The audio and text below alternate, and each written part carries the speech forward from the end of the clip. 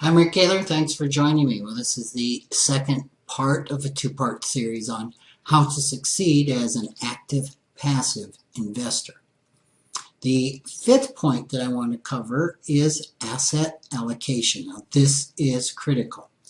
Study after study shows the most important determinant in your overall investment success isn't picking the right stocks, bonds, or real estate. According to one researcher, a good asset allocation strategy can add about 0.5% to your long-term return. Now, that's a big deal. It's your overall mix of various asset classes that will ultimately have the greatest impact on your success or failure.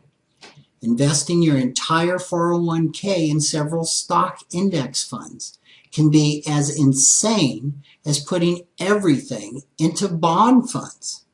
Even a mix of stocks and bonds, while better, can leave a portfolio overexposed to the fortunes of one sector and exposed to the failing of one country's economy. The sixth is manager and index selection. Especially if you are over 40 and have retirement in sight, successful passive investing isn't quite as easy as calling up Vanguard and putting everything in an S&P 500 index fund. Every asset class has multiple indexes with managers who all have their differences in philosophy, execution, and fees. Some adhere to traditional indexes, while others will build their own indexes based on their research.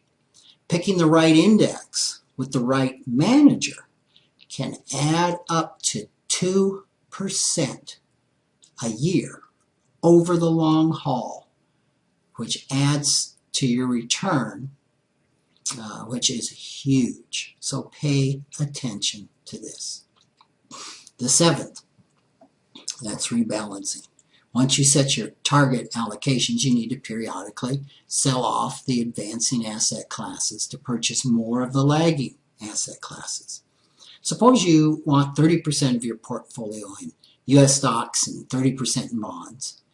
Well, if the stocks are doing well and the bonds aren't, over time you might end up with 35% in stocks and 25% in bonds. Selling stocks and buying bonds to rebalance the allocations is a disciplined form of buy low, sell high. Without it, your portfolio will miss out on some extra returns and over time take on more risk and volatility.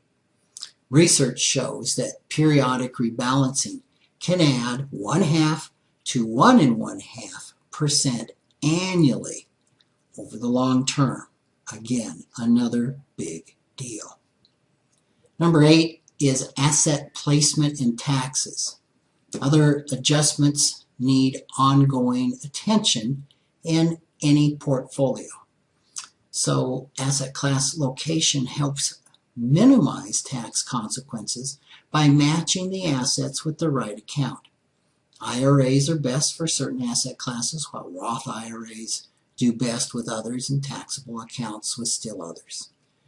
This matching can add up to another 0.5% annually, so getting it right can be a big deal.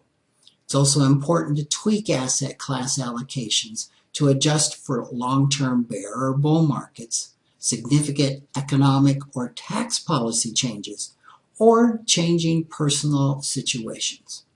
Another necessity is minimizing taxes by efficient and timely loss and gain harvesting. So all of this, again, very, very important.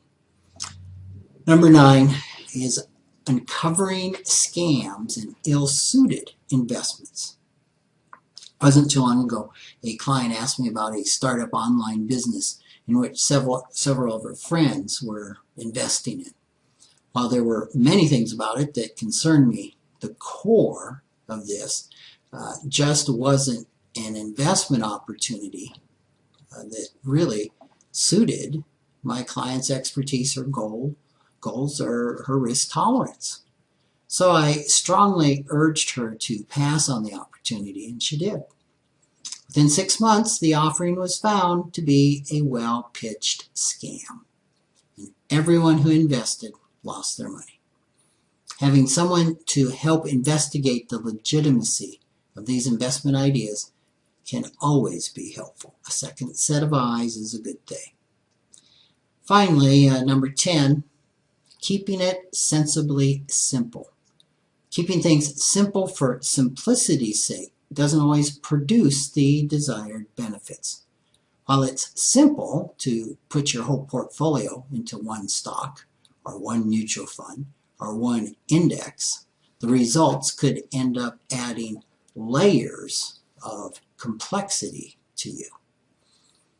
The right amount of sensible complexity, well, that can turn good passive investing strategy into a very highly successful one. So, review these 10 steps. Taken together, they can add a significant amount of positive return to your portfolio over the long term and really ensure that your money will end up supporting you, which is the whole goal. Thanks for listening.